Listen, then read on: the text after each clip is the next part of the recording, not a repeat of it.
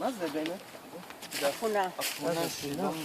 היא אחרת לדעתי. היא לדעתי גם אולי אחרת וגם שתולה עמוק יותר מכל האחרות. עמוק מאוד אפילו. אין לו עוד כנופנת. אני מעביר פשוט את השידור עוד מעט לגברת פה, אז אני מצלם אותך. יופי. אז אהלן דבי, אנחנו בסבב ערוגות, וגם כאן אנחנו יכולים לראות גם חובזות פה, גם חובזות פה. אנחנו יכולים לראות גם את הנבטותים שאנחנו זרענו, אם זה באמת האפונה כאן והעלה מנגולד. אתם רואים את הגבעול האדום שלהם, ככה אפשר לזהות אותו, יש להם גבעול אדום. וגם כאן לצערנו אנחנו רואים את החסות קמלות. קיבלו שמש. הם קיבלו באמת מה שנקרא זפת השמש מאוד חזקה, ככה זה נראה. אנחנו עוד נגיע לערוגות בסוף שמוצלות יותר ונראה מה קרה שמה עם החסות. רואים אבל יפה את ההתקדמות של הכרובים, הם בסדר גמור, ורואים מתחילים לראות את הצפיפות בערוגה הזאת לפחות. זו הערוגה הראשונה שאפשר לראות טיפה יותר צפיפות משאר הערוגות. גם כאן יש מקום להכניס עוד, אם זה שום, אם זה תפוחי אדמה, אם זה פרחים שזה מעולה, בדפנות או באמצע, זה לא משנה. לאיזה גובה זה מגיע תפוחי אדמה? אצלי זה כבר כזה. זה ענק? זה גדול? הוא לא רחב, אבל הוא די גבוה. הוא גבוה?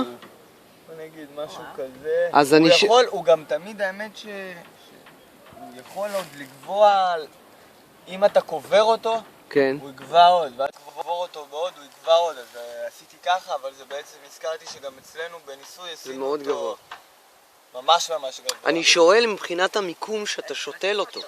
זאת אומרת, בגינה הזאת, איפה היית שותל תפוח אדמה שזה בעצם שיח גדול? הייתי שותל, אם זה באמת בזמן הזה, זאת אומרת עכשיו, כן. הייתי דווקא שותל אותו מאחורה. שלא יעשה צל? שלא יעשה צל. למרות שפה הוא יעשה על הערוגה הזאת. לפני חודש הייתי שותל, או לפני חודשיים, הייתי שותל אותו שם. מקדימה. אוקיי. כדי שכן בחודשיים הראשונים, כאילו עד היום היה מצא לי על החסה, כן. ואז אולי לא היינו רואים את זה בחסה. החסה הייתה מקבלת איזה חצי צל, או איזה ככה אווירה יותר טובה.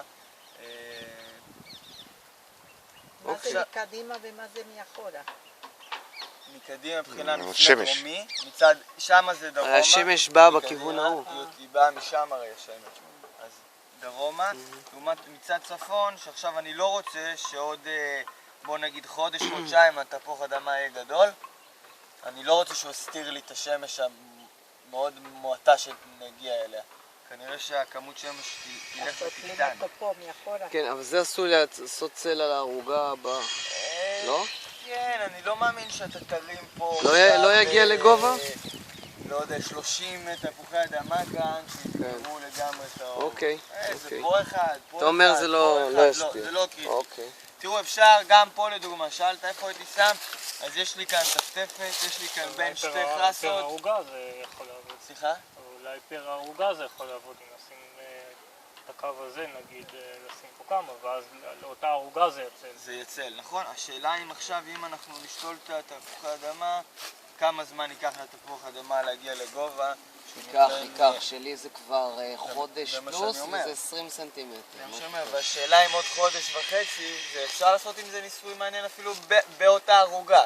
להחליט שבאותה ערוגה אנחנו נשים אחד כאן, שכן יצא לי על החסות, עוד חודשיים אפילו, ובאותה ערוגה נשים את זה כאן, ואז נראה מה ההבדל בין החסה הזאתי, שלא קיבלה צל, לבין החסה ההיא שכן קיבלה. זה דווקא רעיון מעניין. אוקיי. הבנתם למה אני מתכוון? כן, כן. לעשות באותה ערוגה, לעשות ניסוי, ולדעת מה יהיה לנו גם חורף הבא וגם לשאר הגידולים. יופי, אז בואו נעבור לערוגה הבאה. כאן הייתי ממליץ לשתול כאן תפוח אדמה. של מי הערוגה הזאת? שלנו. של דבורה, מה ששידרנו. יופי, אז בין החסות אפשר לדעתי גם אחד כאן לשים. זה עד האחרונה. אוקיי. אבל תראו איזה... יופי. בואו נמשיך לערוגה הבאה.